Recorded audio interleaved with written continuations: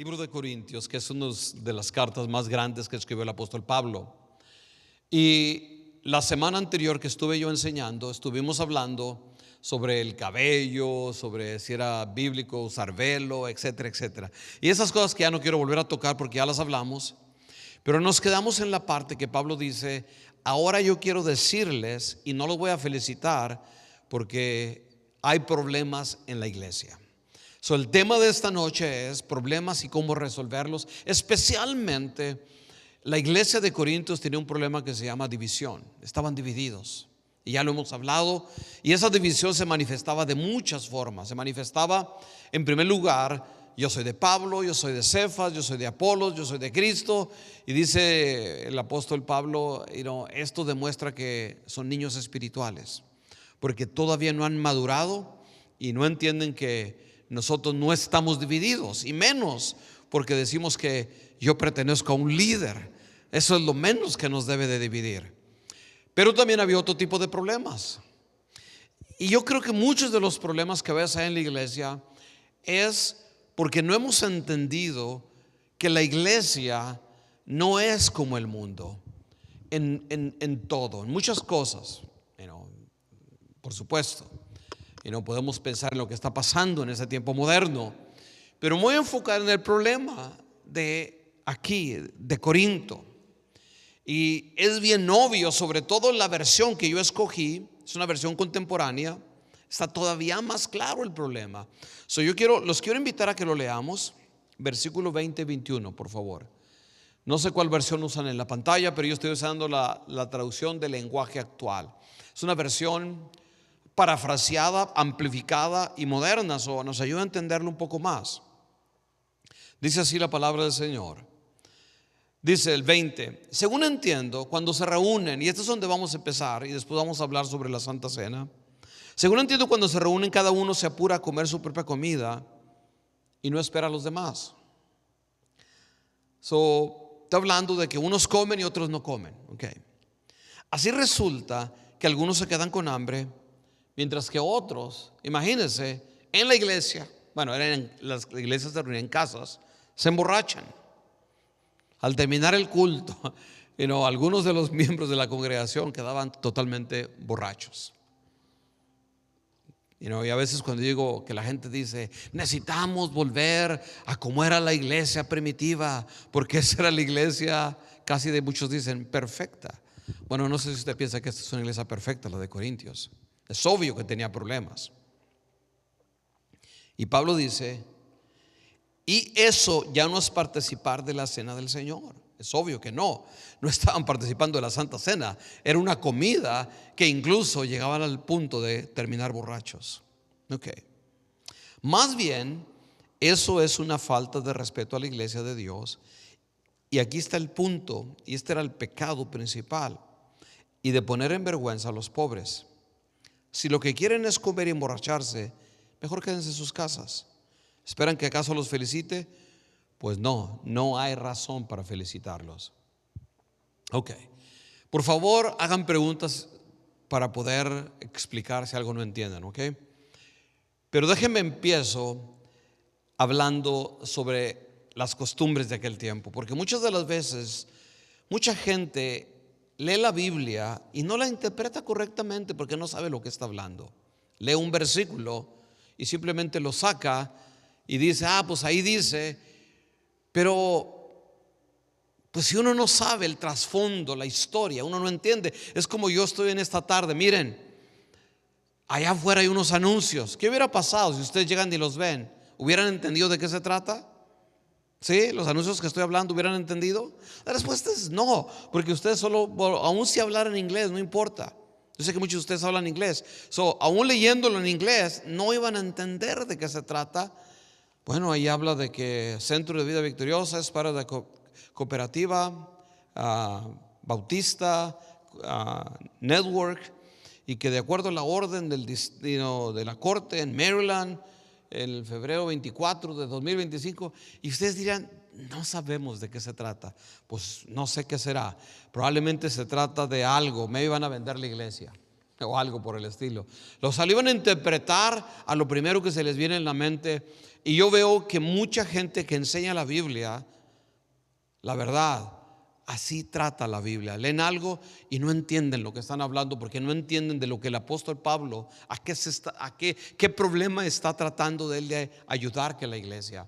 Para que ustedes entiendan un poco, es importante entender la cultura, el contexto donde fue escrita la escritura. Y déjenme les cuento un poco sobre cómo eran las costumbres en la sociedad romana en el tiempo del apóstol Pablo, cuando se escribió esta carta. Si usted hubiera vivido en los tiempos del apóstol Pablo, era bien marcado quién era rico y era bien marcado quién era pobre.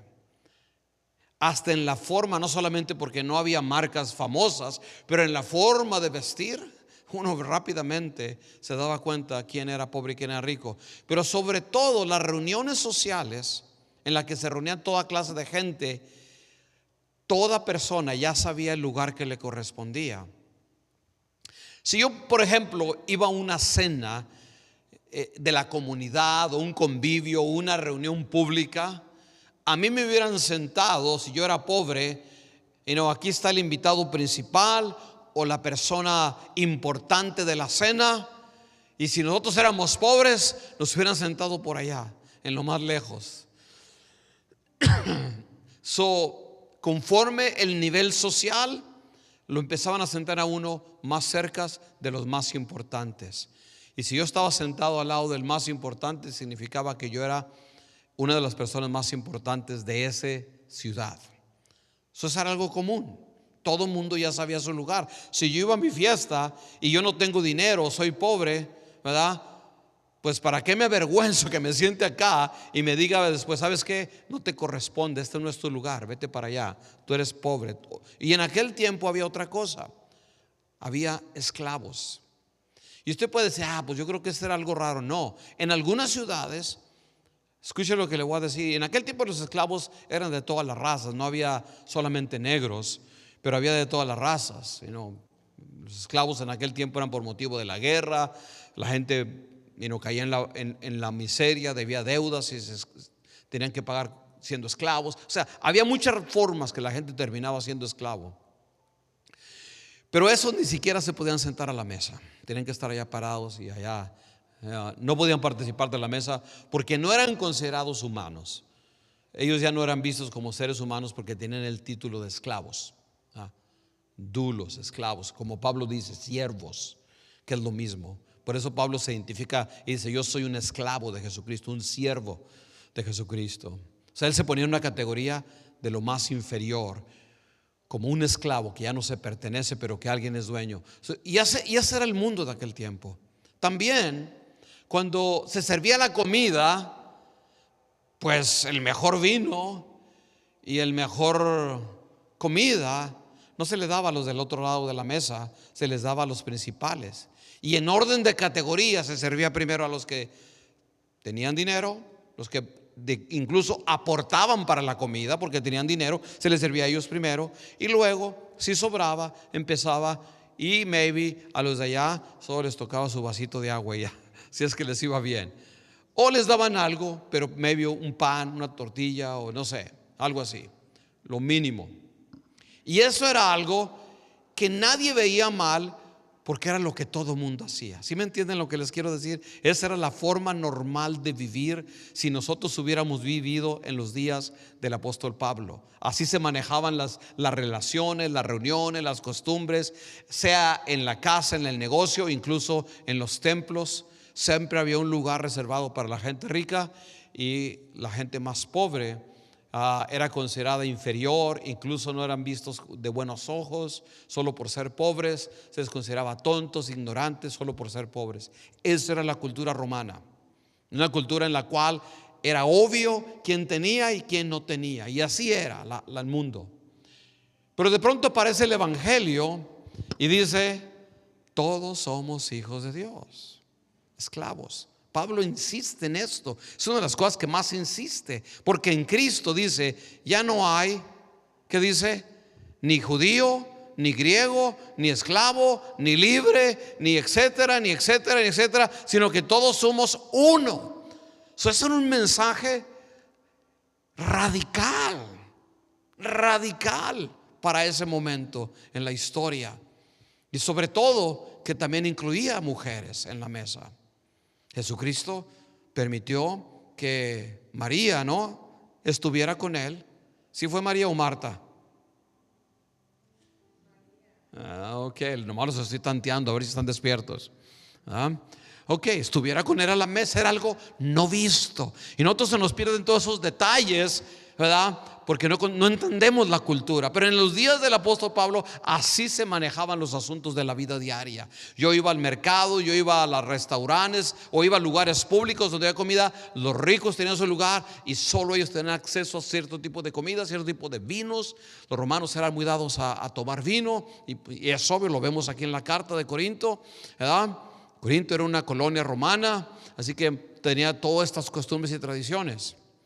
El problema es que el evangelio el mensaje del evangelio es un evangelio radical, porque derrumba todos estos niveles de la sociedad y dice: no, a los ojos de Dios, si tú crees en Cristo, eres parte del reino de Dios, eres igual que el rico o eres igual que el inteligente. Y de hecho Pablo le dice a los corintios: la gran mayoría de ustedes no son gente muy preparada, con mucho conocimiento, no son los más sabios de este mundo, pero sí había gente que tenía una posición alta. Y el problema es que esas costumbres, aunque ahora eran cristianos, y aquí está otra, incluso cristianos, eran dueños de esclavos y los trataban como esclavos, aunque eran cristianos.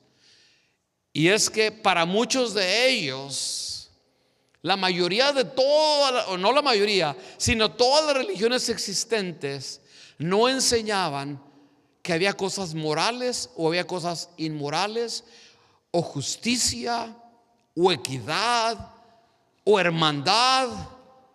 No existía eso, no existía. Solo los dioses, las religiones servían si me enfermaba, si quería que me fueran bien los negocios, o como algo cívico o algo popular. Pero no había, como nosotros que tenemos en las palabras de Cristo, una manera clara cómo debemos de vivir y comportarnos. Cuando el evangelio llegó a Corinto, aceptaron a Cristo, creyeron en él, pero muchas de las costumbres que ellos tenían en su vida diaria las seguían practicando aún en las células o reuniones en las casas que la iglesia de Corinto tenía.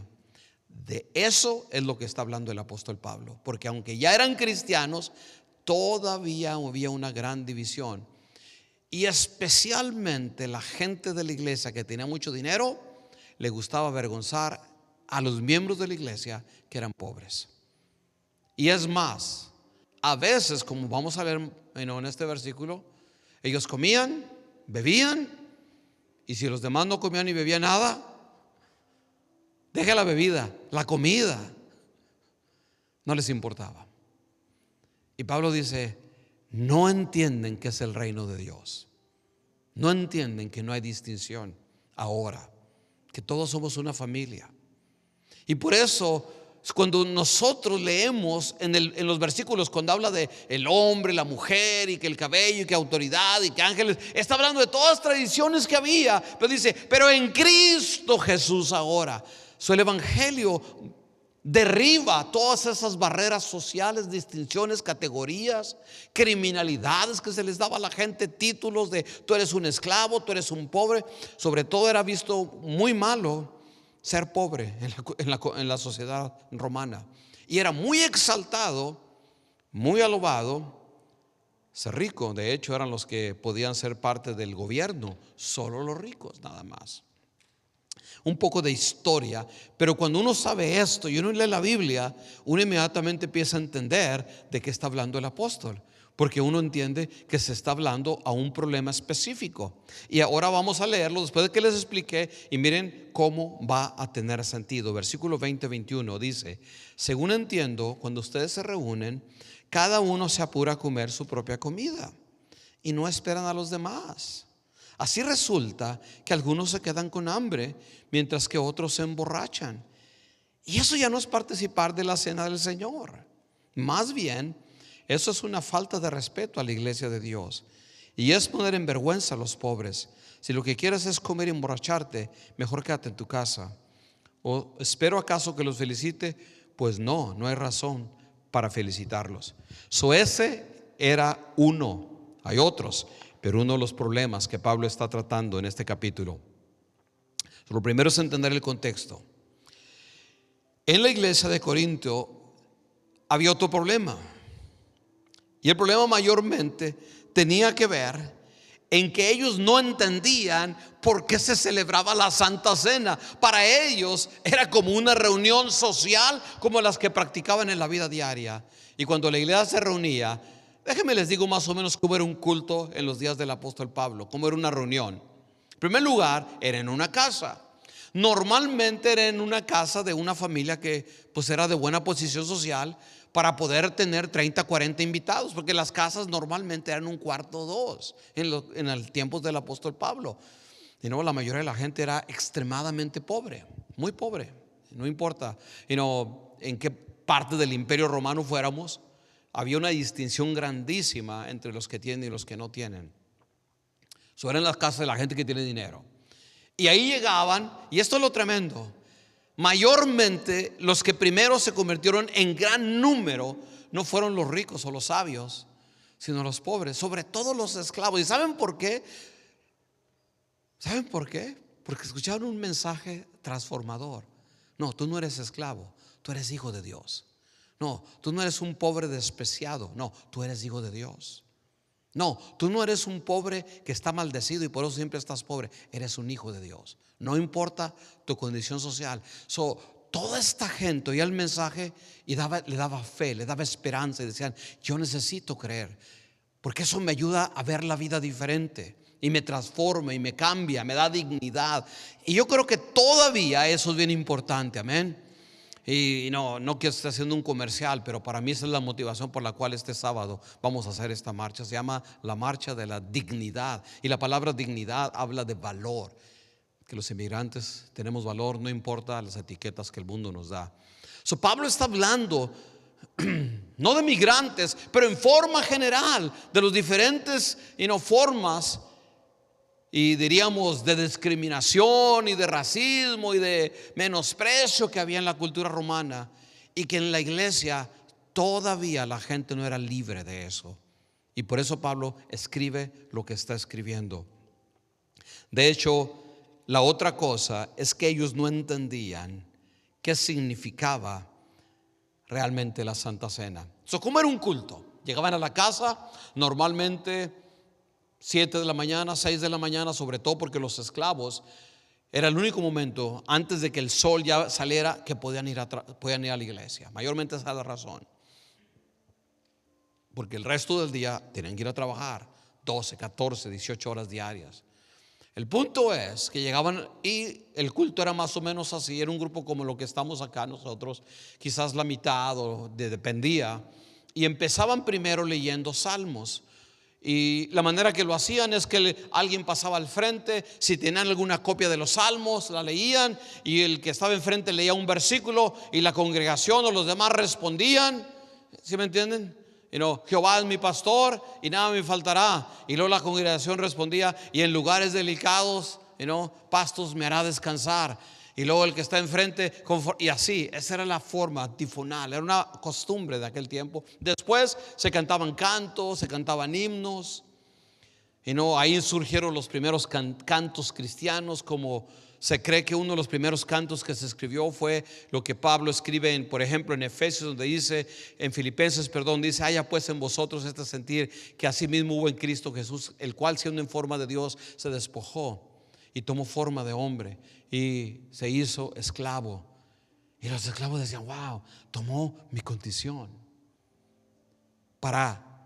y se humilló tanto hasta la muerte, y lo recarga, y muerte de cruz.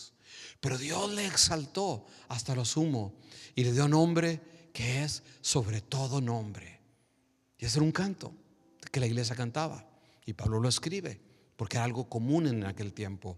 Se acababan de cantar los cantos, los salmos, y luego después de eso el Nuevo Testamento todavía no estaba escrito, pero ya se empezaba a compartir oralmente los testimonios, las historias, las enseñanzas que Cristo había dejado, y las repetían, y había una serie de discusión, y se terminaba la reunión, y luego había lo que se llamaba el agape cristiano, el agape le llaman, el agape, así se llamaban, o la fiesta de amor, es la traducción al español, en la cual se suponía que todos debían de traer, pero pues por supuesto había gente muy pobre y había esclavos que no podían traer nada, porque no tenían nada.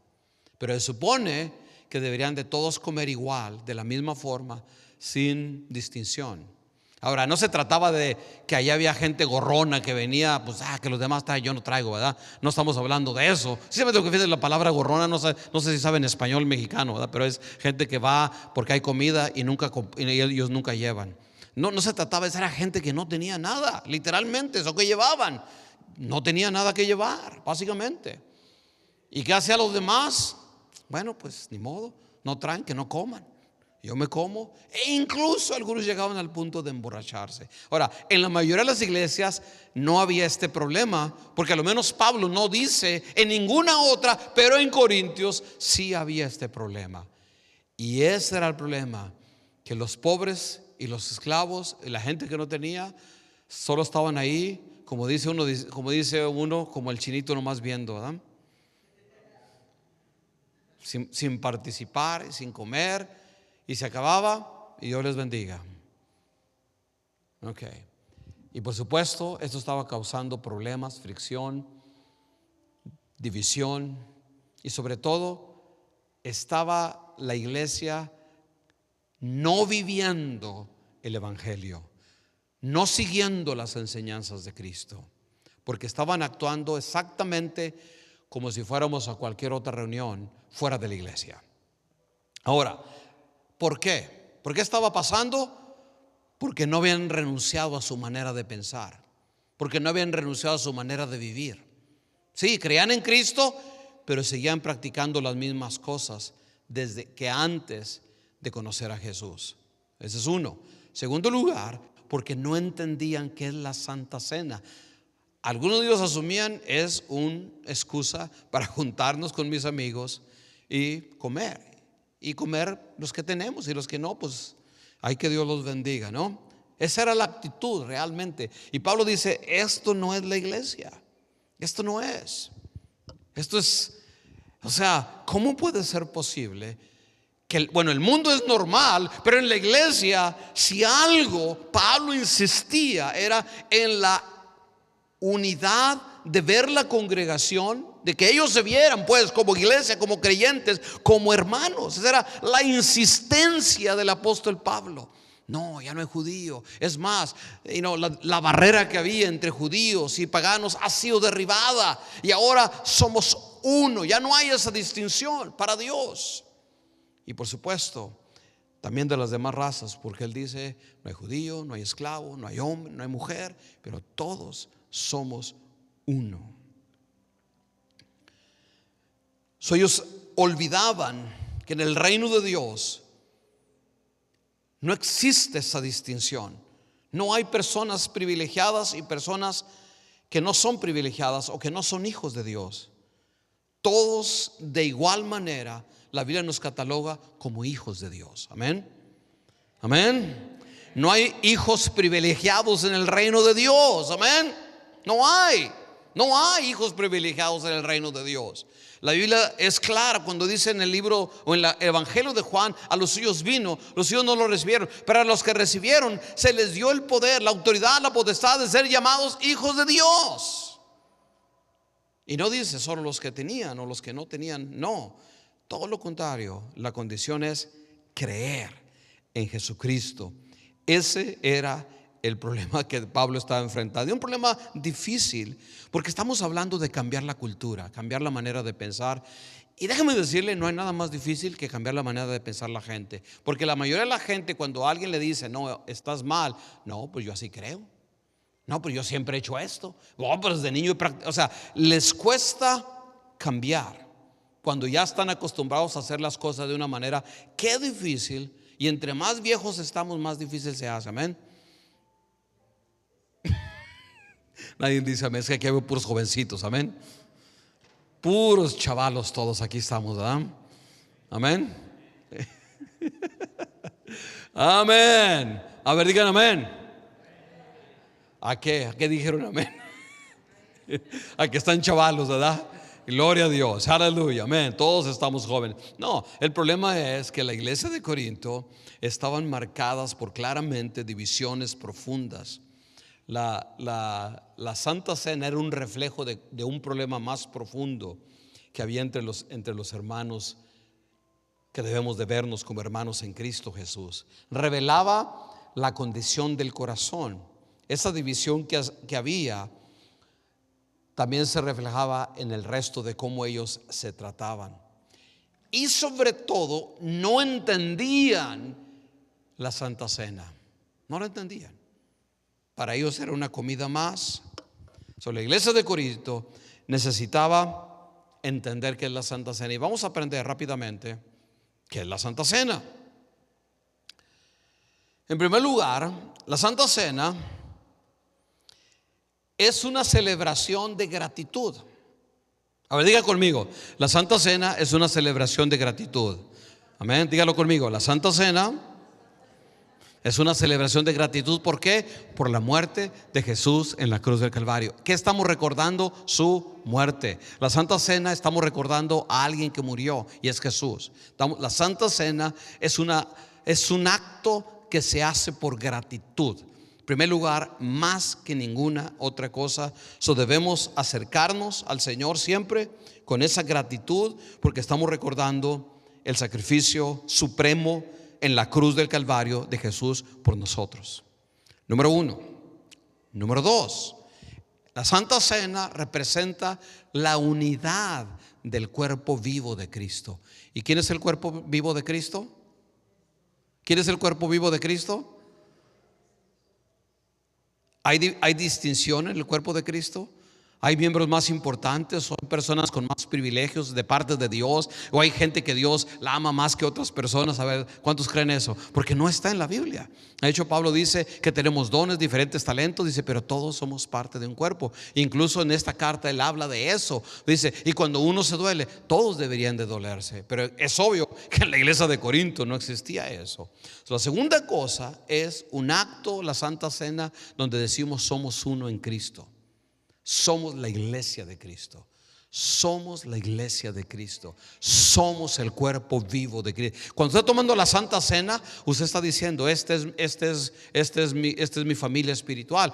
Por eso a veces los que se casan me dicen, pastor, yo quiero que nos dé la Santa Cena. Y le digo, no, me estás diciendo porque no entiendes lo que es la Santa Cena. Quieres que tener la Santa Cena porque has visto que en la iglesia tradicional se hace, y no, pero yo no creo en eso. Porque si te lo doy a ti, tengo que darles a todos. Porque no se trata que es un acto para ti. La Santa Cena es para la iglesia, para todo el cuerpo de Cristo, no es solo para una persona. Lo primero es eso. Segundo, perdón, es eso. La tercera cosa es que la Santa Cena, Pablo nos dice que debemos de considerar el cuerpo de Cristo. O sea, lo que eso significaba es que le está diciendo a los que se emborrachaban y comían, ¿te has puesto a pensar que en esa mesa donde te sientas hay personas que no comen? Hay personas que se van y no pueden comer nada porque no traen nada o porque no tienen nada. No estás discerniendo que es el cuerpo de Cristo. La Santa Cena representa la unidad. Ahora, desde el punto de vista de Cristo, ¿qué significa la Santa Cena? Y para eso vamos a leer los versículos ahora sí, porque aquí Pablo está hablando. Dice el versículo 23: lo que el Señor Jesucristo me enseñó es lo mismo que yo les he enseñado a ustedes. La noche en que el Señor Jesús fue traicionado, tomó en sus manos pan, dio gracias a Dios, lo partió en pedazos, dijo, este es mi cuerpo que se entregó en favor de ustedes. Cuando coman de este pan, acuérdense de mí. Después de cenar, Jesús tomó en sus manos la copa y dijo, esta copa de vino es mi sangre, con ella Dios hace un nuevo compromiso con ustedes, o un nuevo pacto. Cada vez que beban de esta copa, acuérdense de mí. Así que cada vez que ustedes comen de este pan o beben de esta copa, anuncian la muerte del Señor Jesucristo. ¿Qué es el significado? A lo menos déjeme decirles 6 cosas que significa la Santa Cena. Número 1, significa el cuerpo de Cristo partido por nosotros en la cruz de Calvario. Amén. Eso es lo que significa. Estamos comiendo el pan que representa el cuerpo de Cristo Jesús. Yo sé que el pan nunca se convierte en el cuerpo de Cristo literalmente. Nosotros no creemos como la iglesia tradicional que lo cree. Para nosotros es un símbolo, pero es un símbolo poderoso. No estamos comiendo un mero pan. No es por eso en nuestra iglesia le decimos: no, los niños no pueden participar porque no entienden, no saben. Tienen que tener conciencia de lo que están haciendo. A lo menos tienen que tener 13, 14 años para arriba, y de preferencia si se han bautizado. ¿Por qué? Porque ya entienden lo que están haciendo. No es: qué curiosito se ve, denle porque mira, tiene ganas. No, es algo importante, sagrado. Así que ustedes como padres, ayúdenos cuando sus hijos digan: no, yo quiero. Enséñale que no, que necesitan entender lo que están haciendo.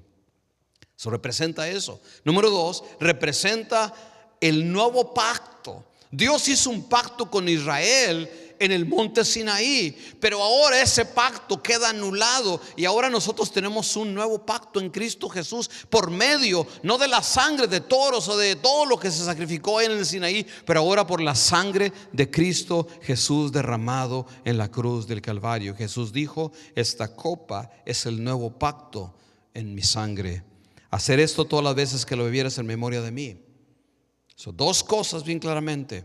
El nuevo pacto. Estamos diciendo, nosotros ya no somos. Cuando usted toma la Santa Cena, por eso yo no entiendo iglesias que usan estrellas de David y tabernáculos y ponen versículos hebreos y el pastor se viste, quiere parecer como rabí, todas esas cosas. Yo no los entiendo porque digo: Señor, ¿no leerán la Biblia en serio? ¿No entienden que el antiguo pacto ya pasó y que ahora nosotros estamos bajo un y mejor pacto?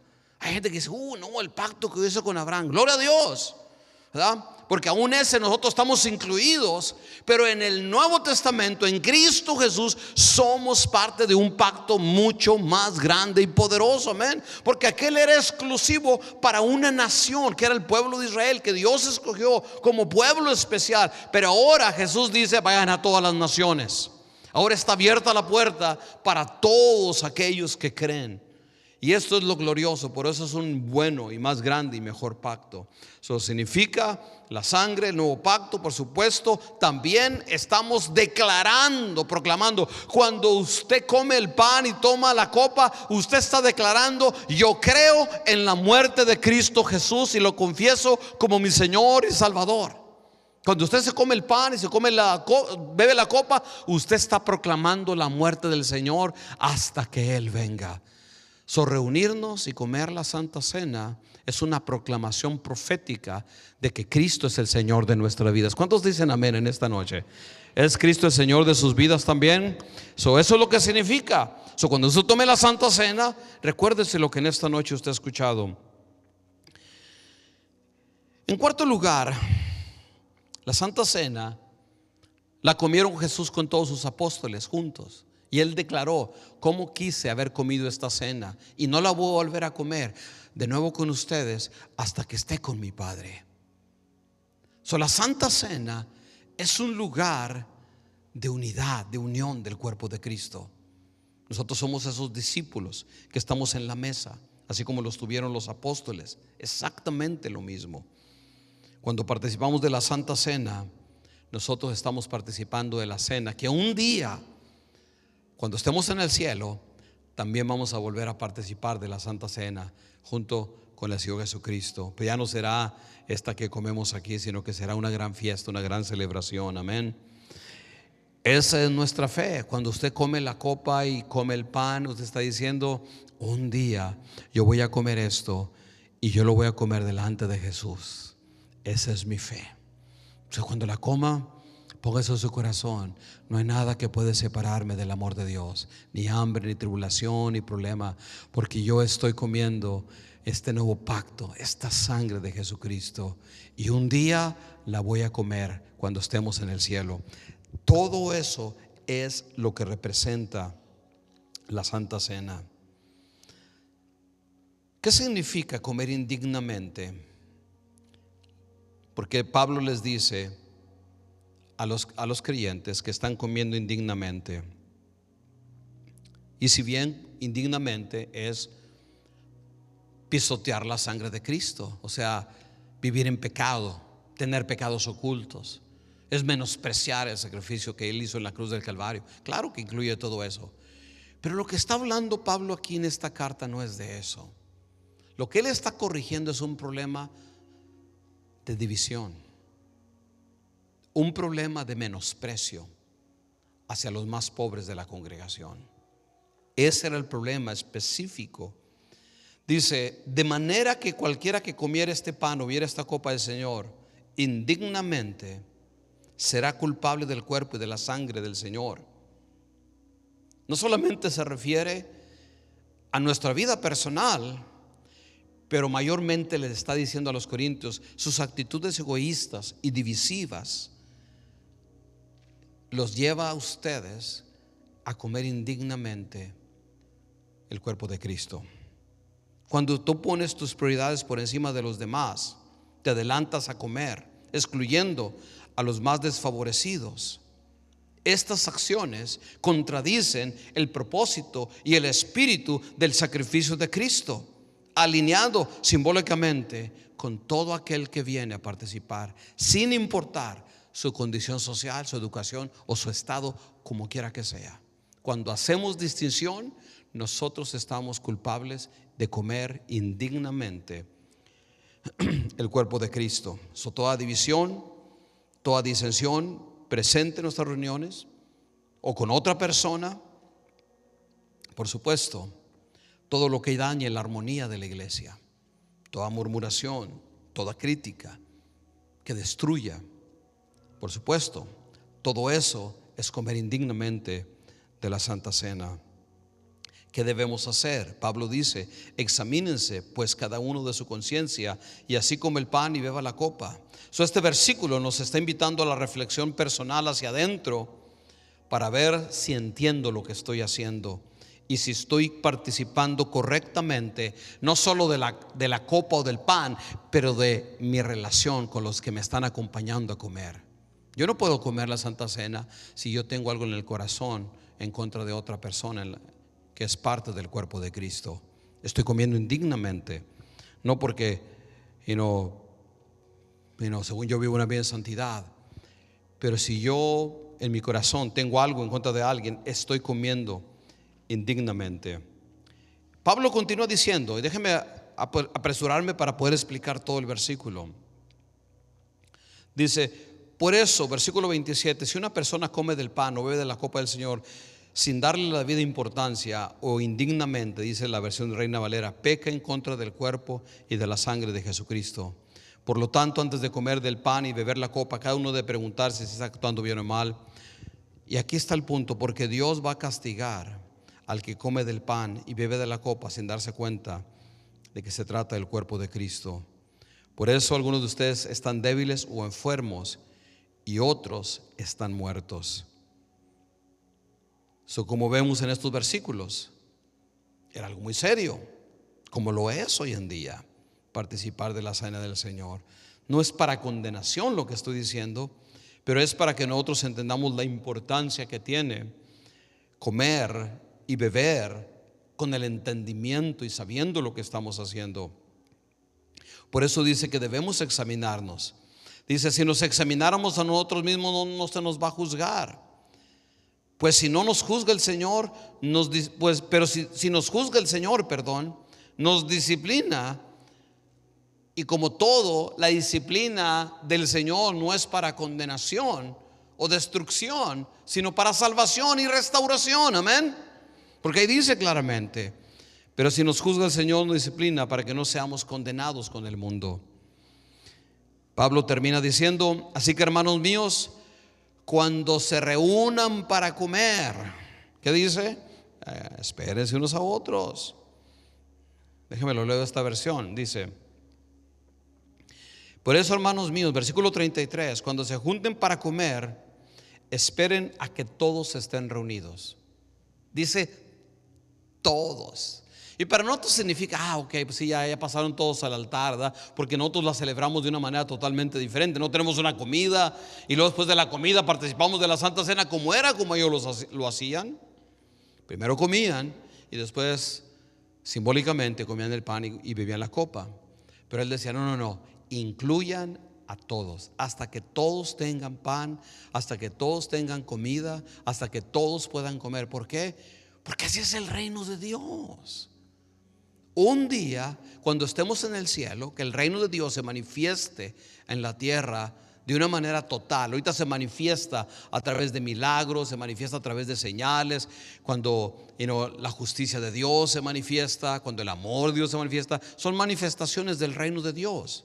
Pero un día estará en su totalidad, y en ese momento todos participaremos de la mesa del Señor.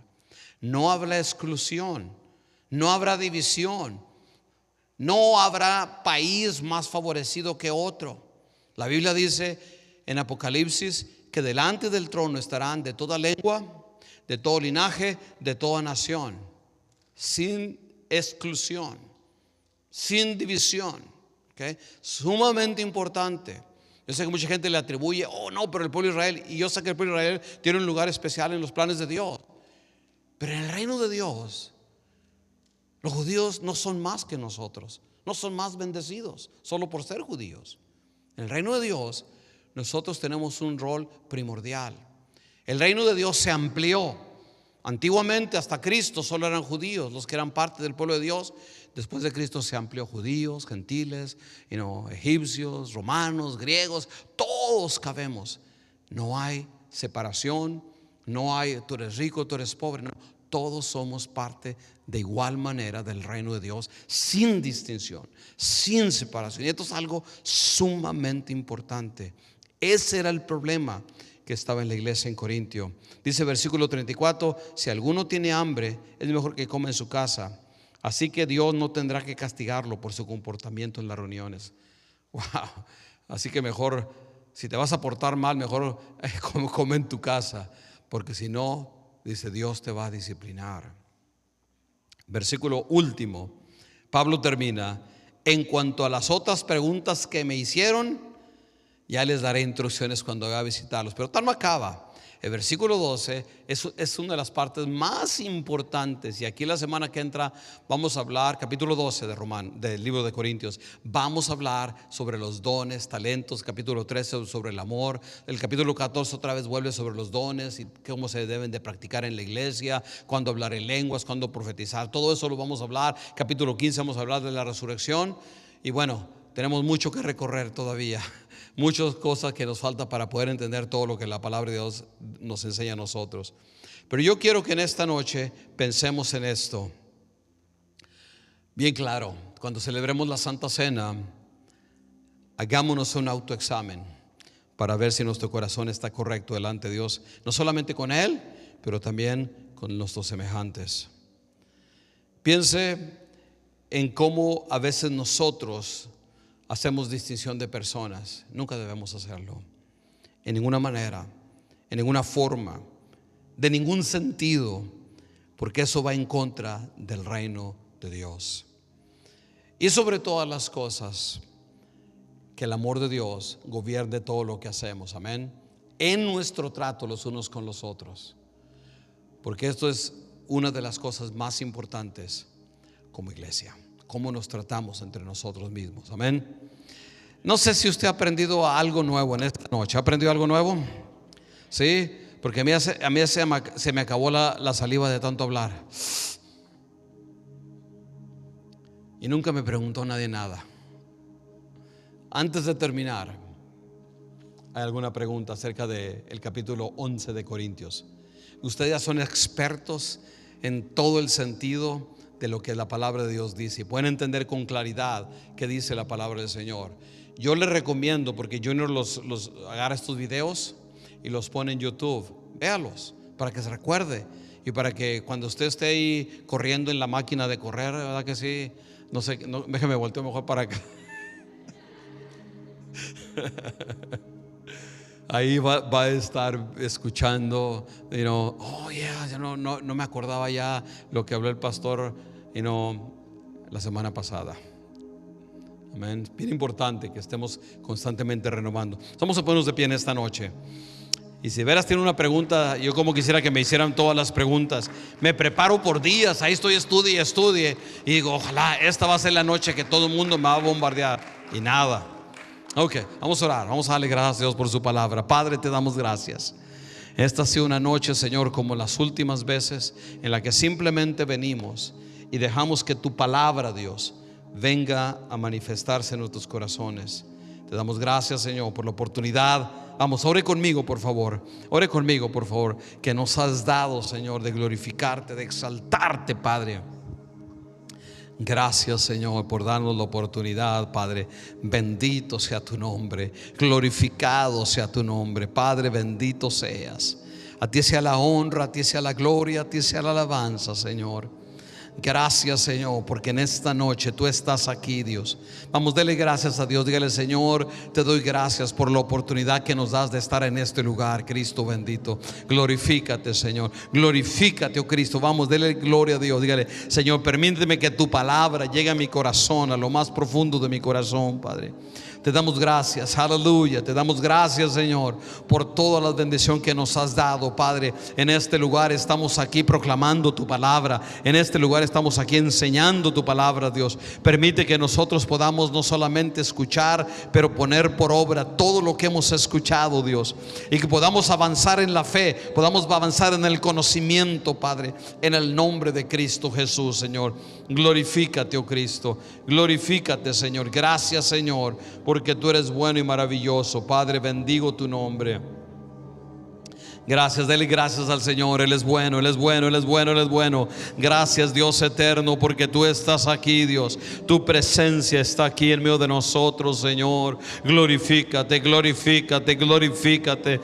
Gracias, gracias, gracias, gracias, gracias, gracias, gracias, gracias, gracias, Señor.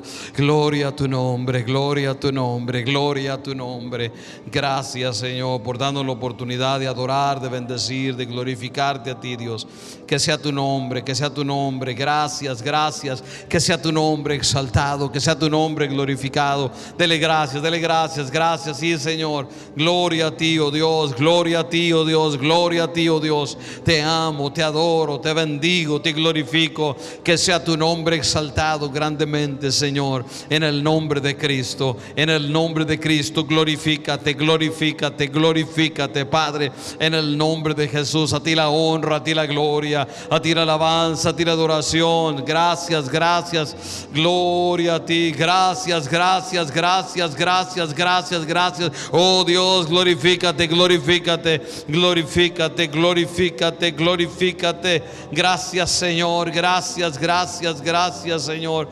A ti la gloria, a ti la alabanza, a ti la adoración, Dios. Gracias, gracias, Señor.